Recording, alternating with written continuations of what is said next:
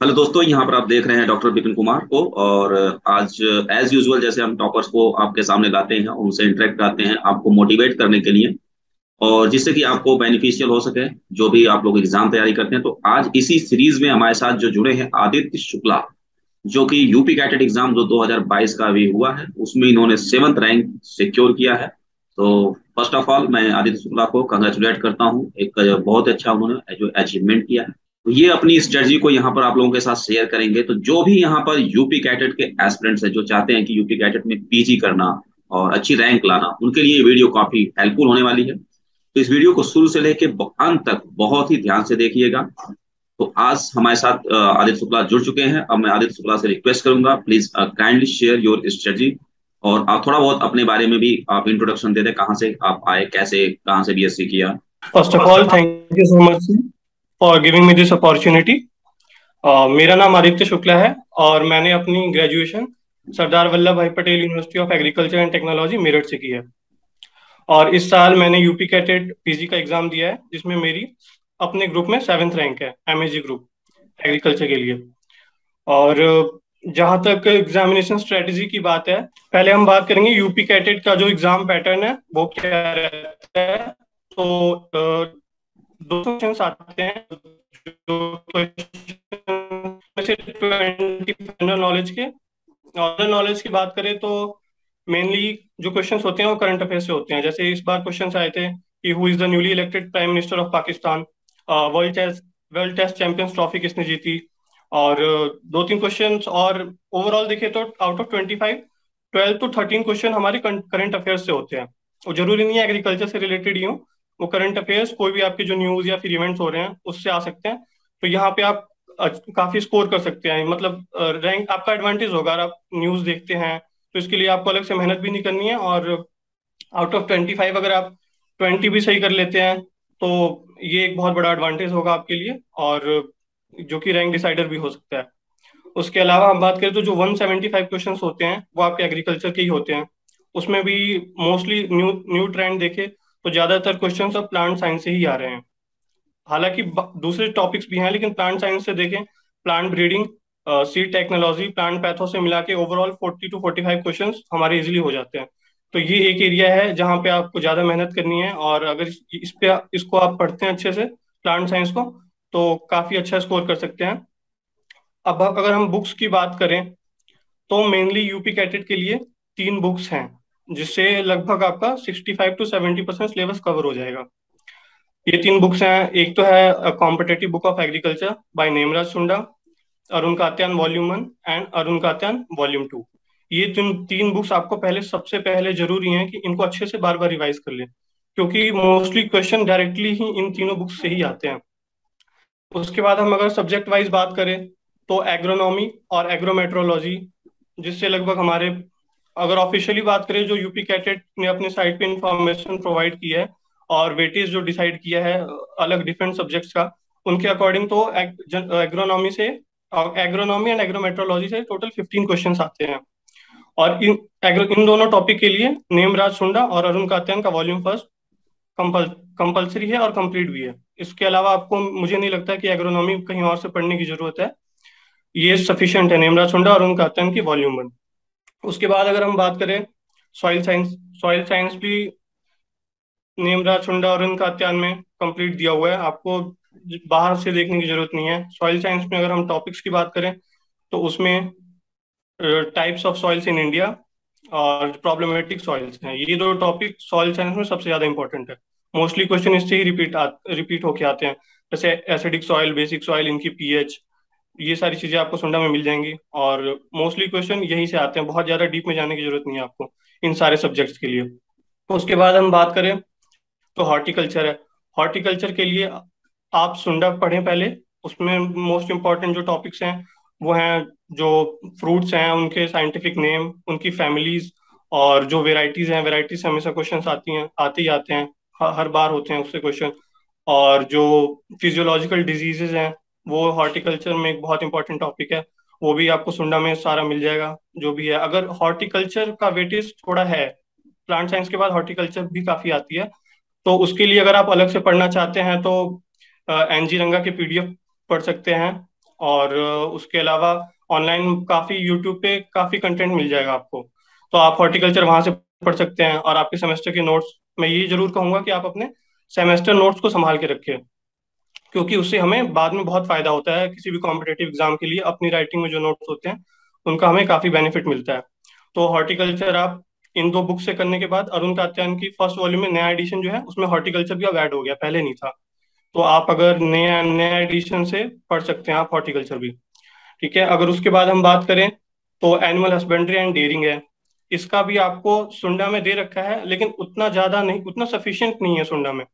जो आपका animal husbandry का टॉपिक है, तो उसके लिए भी आपको मैं बोलूंगा या तो आप अपने सब्जेक्ट जो सेमेस्टर नोट्स हैं उसको संभाल के रखें। सबसे इम्पोर्टेंट चीज तो यही है।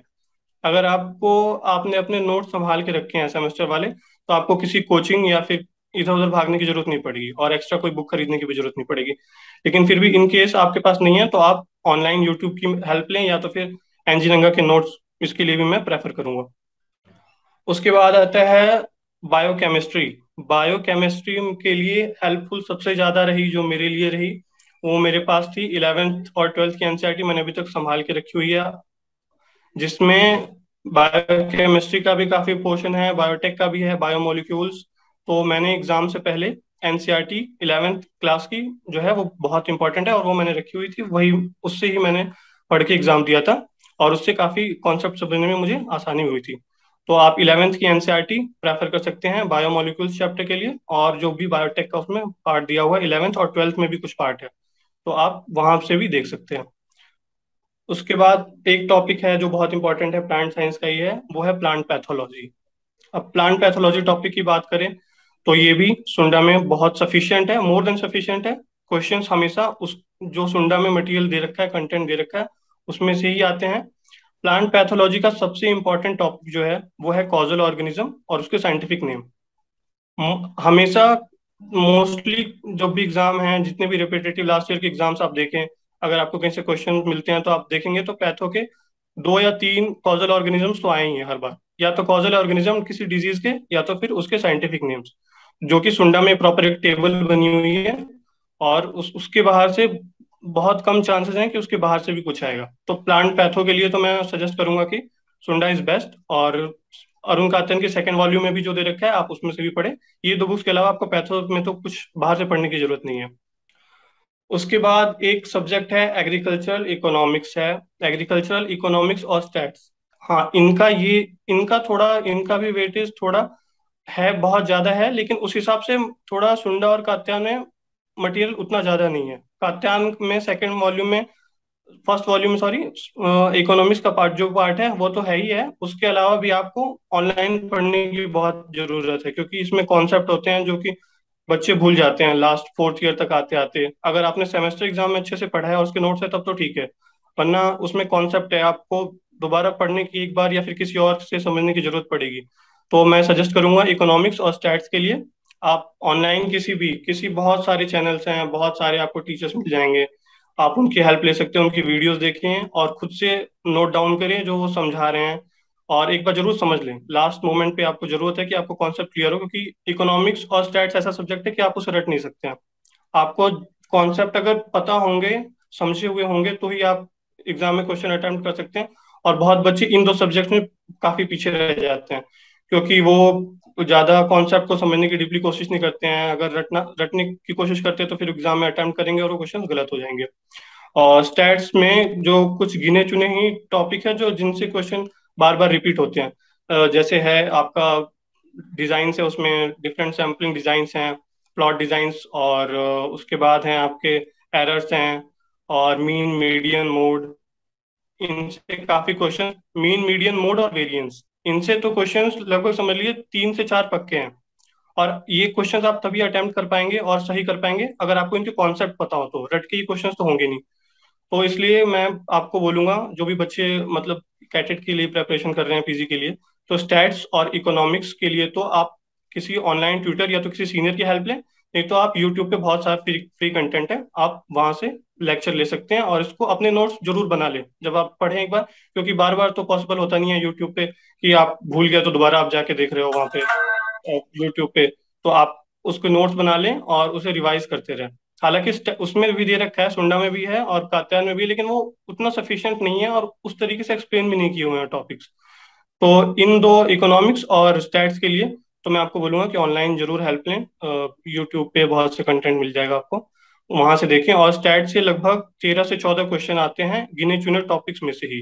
तो ये वो पोर्शन है जहां आप एडवांटेज ले सकते हैं, बाकी बच्चों से आप आगे निकल निकल सकते हैं और अपनी रैंक को सुधार सकते हैं। क्योंकि बाकी जो जनरल एग्रीकल्चर के सब्जेक्ट्स हैं, जो मोस्टली आपको रट रट के हो जाते हैं, तो ज्यादातर बच्चे वो सब्जेक्ट्स कवर कर लेते हैं कहीं ना कहीं से, हॉर्टिकल्चर, एंटोमोलॉजी हो गई और प्लांट ब्रीडिंग, ये सारे सब्जेक्ट्स। लेकिन स्टैट्स और इकोनॉमिक में बच्चे बहुत बहुत पीछे रह जाते हैं, कुछ बच्चे नहीं कर पाते हैं उस तरीके से, क्योंकि कॉन्सेप्ट बेस्ड है तो बच्चों को काफी दिक्कत आती है। अगर एक बार कॉन्सेप्ट क्लियर कर लें अपने, तो इस सब्जेक्ट में स्कोर कर सकते हैं। और उसके बाद बात करें तो हम फॉरेस्ट्री एक टॉपिक बच जाता है जिससे इतने ज्यादा क्वेश्चंस नहीं आते हैं ठीक है, लेकिन उसके लिए इतना ज्यादा कोई खास अलग से बुक लेने की या फिर ऐसा कोई नोट्स मंगाने की जरूरत नहीं है। आप उसको एनजी रंगा से देख सकते हैं, नहीं तो फिर उसके बाद यूट्यूब तो है ही है। तो मैं तो यही मैंने और हाँ, एक चीज है, अगर आप ये तैयारी अच्छे से हो जाती है और ऑब्जेक्टिव की बुक्स, आपको एक मैं सजेस्ट करूंगा, SR कांतवा है, जो कि तो मतलब उसको आप एक या दो बार कम से कम ऑब्जेक्टिव की बुक को करें। क्योंकि बहुत सारे क्वेश्चंस तो कई बार ऐसा होता है कि उन बुक से ही उठ के आ जाते हैं, जो हमें वैसे टॉपिक में देखने को ना मिले, अपनी बुक से मिसिंग हो जाते हैं, वो ऑब्जेक्टिव के फॉर्म में उन बुक से हमें मिल जाते हैं। तो एक बार या दो बार आप कर लेते हैं तो वो क्वेश्चंस भी आपको याद रहते हैं, रिकॉल कर सकते हैं एग्जाम के टाइम पे। तो मैंने SR कांतवा बुक से ऑब्जेक्टिव की अपनी तैयारी की थी। उसके अलावा मैं बताऊंगा एक एंटोमोलॉजी, जो बच्चों को थोड़ी एंटोमो भी टफ लगती है, क्योंकि उसमें काफी सारे साइंटिफिक नेम हैं, इंसेक्ट के ऑर्डर्स हैं। तो इसमें मैं बताऊं जो मेन टॉपिक्स हैं जिससे मोस्टली हर बार क्वेश्चंस आते ही हैं, और वो वेटेज उनका काफी ज्यादा है एंटोमोलॉजी में। तो इंसेक्ट ऑर्डर्स, जितने भी इंसेक्ट ऑर्डर्स हैं, इन उनको उनको पक्का आप याद करें, क्योंकि उसमें से मोस्टली क्वेश्चंस आते हैं, जैसे लार्जेस्ट इंसेक्ट ऑर्डर कौन सा है, स्मॉलेस्ट कौन सा है, और कौन सा ऑर्डर है जो बेनिफिशियल है एग्रीकल्चरल पॉइंट ऑफ व्यू से देखे तो। और उसके अलावा जो टॉपिक है एंटमो में, वो है मॉडिफिकेशन ऑफ डिफरेंट पार्ट्स, जैसे मॉडिफिकेशन ऑफ लिम्स हैं, मॉडिफिकेशन ऑफ विंग्स हैं, मॉडिफिकेशन ऑफ माउथ पार्ट्स है। इनसे आप देखेंगे कुछ भी नहीं हुआ तो तीन चार क्वेश्चन तो सिर्फ मॉडिफिकेशन के होते हैं, कि जैसे डिफरेंट मॉडिफिकेशन लेग से पूछेगा किस इंसेक्ट में होते हैं, मॉडिफिकेशन ऑफ विंग्स हैं वो किस ऑर्डर में पाए जाते हैं, और जो इंसेक्ट है उनके लार्वल स्टेज है या फिर लाइफ स्टेज है, उन पे आप फोकस करें, वो दे रखे हैं। सुंडा से बाहर कुछ भी नहीं आएगा। सुंडा और कात्यायन पे भरोसा रखिए, ये जो 2 वॉल्यूम अरुण कात्यायन और सुंडा है वो सफिशियंट है इन सारे टॉपिक्स के लिए, जो एग्रीकल्चर के जो मेन है। उसके बाद इकोनॉमिक्स, स्टैट्स और फॉरेस्ट्री के लिए आप यूट्यूब पे भी देख सकते हैं, और एनजी रंगा के नोट्स। और मैं कहूँगा, जब जब बच्चे फर्स्ट या सेकेंड ईयर में होते हैं, तो वो नोट्स जरूर बनाए अपने सेमेस्टर के।